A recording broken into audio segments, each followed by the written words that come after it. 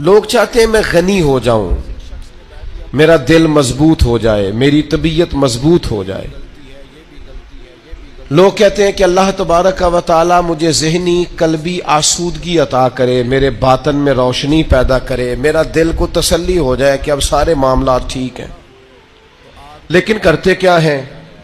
وہ روز مال کماتے ہیں، کماتے جاتے ہیں، پیسہ اکٹھا کرتے ہیں، اکٹھا کرتے ہی چلے جاتے ہیں۔ ان کا خیال ہے کہ اس سے نہ مجھے تسلی ہو جائے گی کہ مالدار ہو گیا ہوں، سارے فرائض میرے ذمے جو تھے وہ ادا ہو گئے۔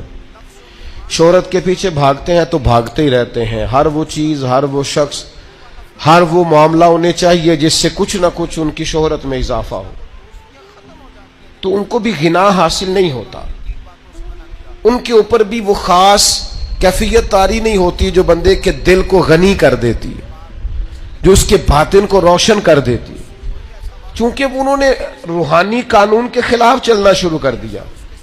دولت تو آپ اتنی کماتے جاتے ہیں، اس کی بھوک بڑھتی جاتی ہے۔ اللہ کے حبیب علیہ السلام نے فرمایا سوائے قبر کی مٹی کے کوئی چیز ابن آدم کا پیٹ بھر سکتی، بھرتا ہی نہیں۔ آپ کی پیاس بڑھتی جاتی ہے، بھوک بڑھتی جاتی ہے، اور زیادہ عالم مزید کی طلب بڑھتی جاتی ہے۔ تو اس پر کون سا قانون لگے گا کہ سینہ روشن ہو جائے، دل کو غنا حاصل ہو جائے، باطن نور علی نور ہو جائے؟ کون سا قانون لگے گا؟ تو اللہ تبارک و تعالی نے ارشاد فرمایا، یہ سنن ابن ماجہ میں حدیث موجود ہے، سرور کائنات صلی اللہ تعالی علیہ وسلم ارشاد فرماتے ہیں کہ اللہ تبارک و تعالی فرماتا ہے، اب اس کو کہتے ہیں حدیث قدسی، جو فرمان اللہ تعالیٰ کا ہو بیان رسول اللہ صلی اللہ علیہ وسلم فرمائے۔ اللہ تعالیٰ فرماتا ہے بندہ مومن سے، کیا فرماتا ہے؟ رب فرماتا ہے تو میری عبادت کے لیے فارغ ہو جا، میں تیرے سینے کو غنا سے بھر دوں گا، کشادہ ہو جائے گا سینہ۔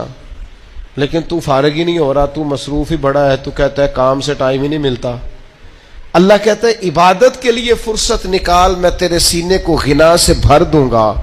اور ارشاد فرمایا اگر تو ایسا نہیں کرے گا تو پھر میں تیرے ہاتھ کو مصروفیات سے بھر دوں گا، پر تیرا فقر ختم نہیں ہوگا، تیری بھوک نہیں جائے، تیرے اندر سے وہ طلب ختم نہیں ہوگی۔